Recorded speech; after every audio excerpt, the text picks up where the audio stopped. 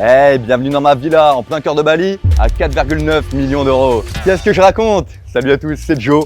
Aujourd'hui, comme d'habitude, on va parler à différents entrepreneurs, de leurs différentes peurs, la mentalité de l'entrepreneuriat.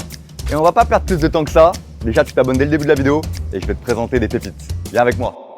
Bon Julien, présente-toi et dis-moi ce qui t'a motivé à te lancer dans l'entrepreneuriat. Parce que je crois que pour toi, c'est tout nouveau. Ouais, en fait, j'ai commencé l'entrepreneuriat, j'étais déjà en France avant, où j'entreprenais de mon côté. Je suis parti en Australie parce que je voulais vraiment partir en Australie et l'Australie, ça arrive doucement à sa fin. Donc, je prépare la suite.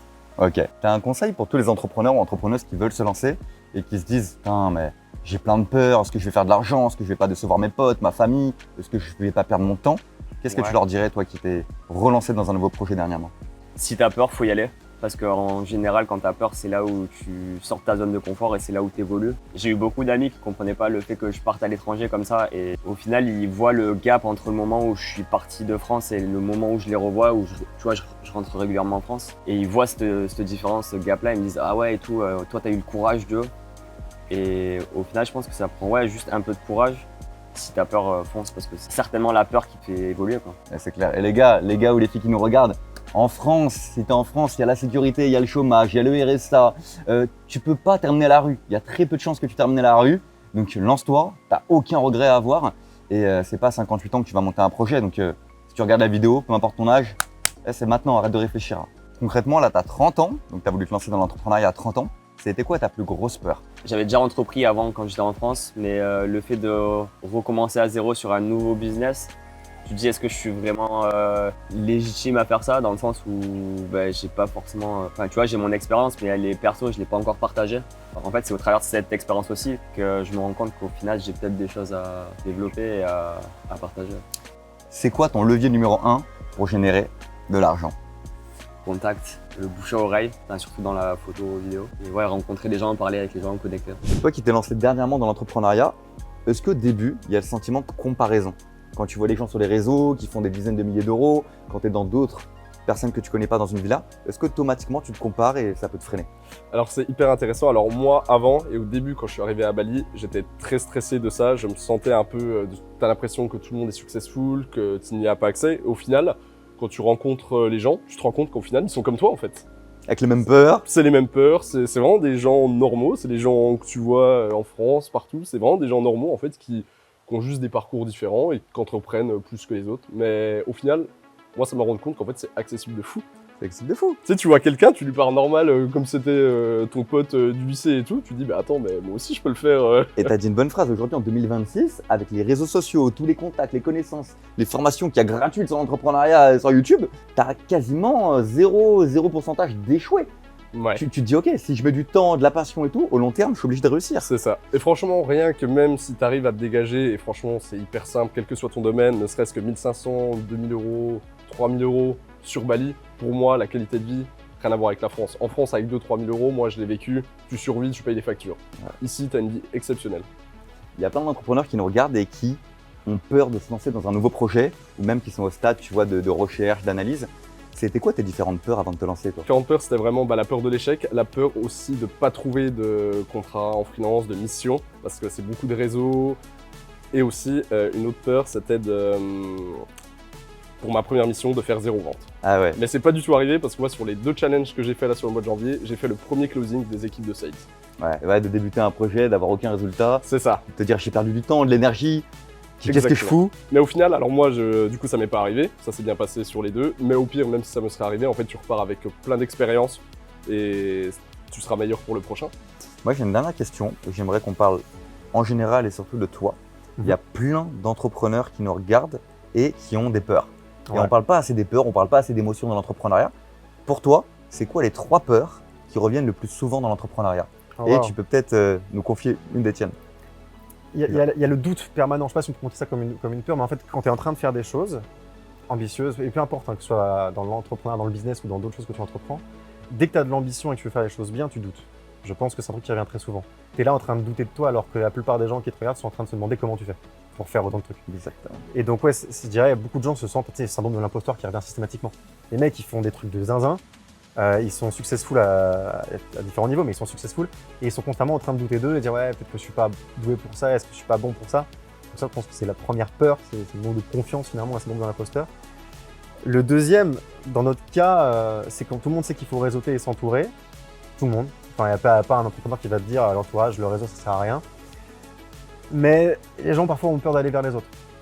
La deuxième peur, ce serait plus la solitude, la Ouais, peur d'aller vers l'autre. C'est ça, la peur d'aller s'entourer. Tu vois, je sais que quand on organise des événements comme ici, nous, on a des pôles de candidature. J'ai plein de gens qui me disent « Ouais, mais je sais pas sur qui je vais tomber, et si ça ne matche pas, etc. » Moi, je suis en mode, bon, ok, tu as peur du coup de te jeter dans une aventure parce qu'il y a une zone de flou et d'inconnu.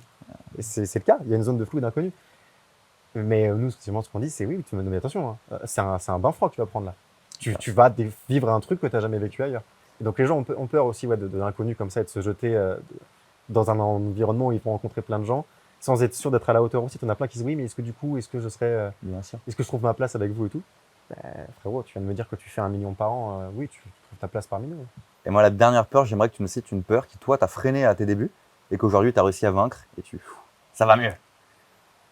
Moi, j'ai mis beaucoup de temps à considérer ce que je faisais, à être bien, tu vois. En mode, je me fais confiance et je suis compétent. Et ça, c'est tout récent. Ça va faire 1 an ou 2 que maintenant, je suis très bien dans mes baskets. Je suis une machine, je suis compétent et c'est un honneur de travailler avec moi et pas moi qui dois supplier de travailler avec moi. Ça, surtout sur le côté media buying. Et je sais pas si c'est moi qui ai bien combattu ça ou juste les opportunités que j'ai eues, mais maintenant que je bosse avec des grands dans le domaine, ben, je suis un peu en mode, ouais, ok, j'ai fait mes preuves, on fait de la grosse performance avec eux. Et ouais, mon temps est précieux. Tu sais, même pour pricer, t'as pas d'entrepreneur. Bah tiens, c'est super. T'as pas d'entrepreneur qui ont du mal à pricer. Ouais, faut un peu dans le temps, je mettais mes consultations à 50 € de l'heure et tout, en mode ouais, ok, je vais vous donner un peu de savoir sur ce que je sais faire, mais humblement. Maintenant, vraiment, pour 1 heure de conversation sur le media buying avec moi. Dis-moi le prix. Devinez-moi. C'est 500 balles. Hein. 500 balles. 500 balles. Et le pire, je vais être hyper arrogant, c'est que je vais même pas tellement préparer mon call. Parce que je sais très bien ce que j'ai à dire pour donner de la valeur et tout.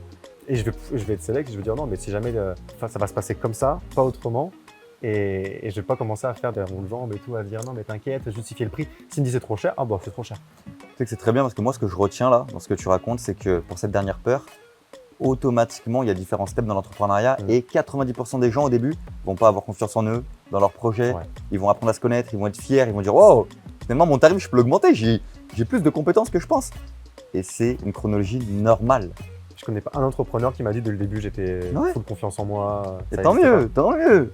Moi, j'aimerais que tu donnes un conseil. C'est dur d'en choisir un. Parce que les gars, je vis avec lui depuis 1 mois. À 22 piges, quand il dit vraiment qu'il fait entre 5 000 et 15 000 € par mois, c'est vrai. Donc moi, j'aimerais que tu donnes un conseil plus niveau mindset. Pas technique, pas pratique, mais mindset pour tous les mecs ou les jeunes filles qui veulent faire de l'argent. Mindset, il y a beaucoup de conseils, mais je pense que le plus basique, c'est soit obstiné, tu vois. Essaye d'avoir ce business comme une obsession et de te dire que tellement tu bosses, c'est pas possible de louper, tu vois. Crois en toi. Et si tu crois en toi et que tu bosses vraiment sa mère, il n'y a pas d'autres raisons, enfin, il n'y a pas de chance que ça loupe, tu vois ce que je veux dire? Ok, ouais. C'est sûr que ça va marcher. Ok, ouais, c'est comme un ratio, c'est scientifique. Si tu taffes tel nombre d'heures sur ton business, Mec, avec la durée, tu vas y arriver. C'est ça, mec. Regarde, si tu prends l'exemple de la salle, tu fais des reps à 60 kg développé couché, tu vas finir par avoir 100 d'ici 3, 4, 6 mois, tu vois. Donc là, on compare un peu l'entrepreneuriat et le muscu. À la salle. J'aime bien, j'aime beaucoup. Ok. Moi, je veux qu'on revienne au tout début, parce qu'on ne parle pas assez d'émotions dans l'entrepreneuriat. Okay. Est-ce que tu as eu des peurs qui t'ont freiné? Et moi, je veux tes meilleurs conseils pour tous les entrepreneurs qui nous regardent et qui ont des peurs. Ma plus grosse peur, tu vois, à l'heure actuelle, c'est de ne pas atteindre mes objectifs. T'avais peur ou là, tu l'as encore actuellement? Là, je l'ai, ouais. C'est une peur que j'ai là. Mais une peur de me lancer, pas du tout. Okay. Parce que je consomme que des contenus business. Je me suis du coup entouré de mecs dans le business, donc je sais que c'est possible. Mais là, ma peur à l'heure actuelle, c'est surtout de me dire, ok, je me suis fixé tel objectif, mais j'arrive pas à l'atteindre. C'est quoi l'objectif? L'objectif, c'est d'atteindre les 100K par mois. Ah ouais, le mec 100 000 € par mois. En 2026, ouais. Et justement, tu penses que c'est du bullshit ça ou pas? Tous les mecs que tu vois sur YouTube, Insta qui disent je fais 100K par mois à 21 ans. Là. Non, c'est pas bullshit. Et je vais te dire pourquoi, parce que moi-même, j'ai rejoint un accompagnement d'un gars qui a 18 ans, marché US, ainsi de suite. Son accompagnement, c'est 10K, frérot, j'ai lâché 10K. T'inquiète pas que je sais qu'il fait 100K. Ok. T'as lâché 10 000 € pour un mec de 18 ans qui t'accompagne? Qui m'accompagne, ouais. C'est une dinguerie. Full connaissance, il est du coup éduqué lui sur les marchés US, il est bilingue, ainsi de suite, donc il a été vraiment éduqué sur ce marché. C'est pour ça que je le rejoins. Et du coup, mec, c'est une dinguerie. Et je sais pertinemment que c'est pas du bullshit. Il y a une majorité sûrement des gens, tu vois, qui mentent sur leurs chiffres, ainsi de suite, mais pas tout le monde. Donc moi, si je peux dire un message un peu à tout le monde, c'est ne pensez pas qu'il n'y a que du bullshit sur les réseaux sociaux, autour de vous, ainsi de suite. Il y a vraiment des gens qui font de l'oseille, sa mère. Les amis, j'espère que ce petit vlog business vous aura plu. En direct de Bali dans cette belle villa à 8 milliards de dollars. En tout cas, voilà, ce qu'il faut retenir de ce vlog pour ma part, c'est que dans l'entrepreneuriat, tout le monde a des peurs. Et si t'en as pas, c'est que le projet ne te tient pas à cœur ou alors que t'es bizarre. T'es un robot ou que t'as pris je sais pas quelle drogue. Mais l'entrepreneuriat, il faut que ce soit une partie de plaisir, il faut que ce soit un apprentissage et que ce soit une ambition trop forte, une peur de pas plaire, une peur de l'échec. On est tous humains, on passera tous par là. Il faut juste que tu te dises que toutes ces peurs, elles vont partir obligatoirement. Donc j'espère qu'en te montrant tous ces profils d'entrepreneurs, ça a pu te faire réfléchir et te rassurer un peu, te montrer que t'es pas seul et que dans l'entrepreneuriat, l'entourage et les rencontres, ça fait 80% et pas mal de charbon, on va pas se mentir. Donc voilà, c'était Joe. Abonne-toi à cette chaîne business toute l'année 2026, 2027, 2028. On va te faire des vidéos pépites. Prends soin de toi, tu t'abonnes, tu commentes. À plus.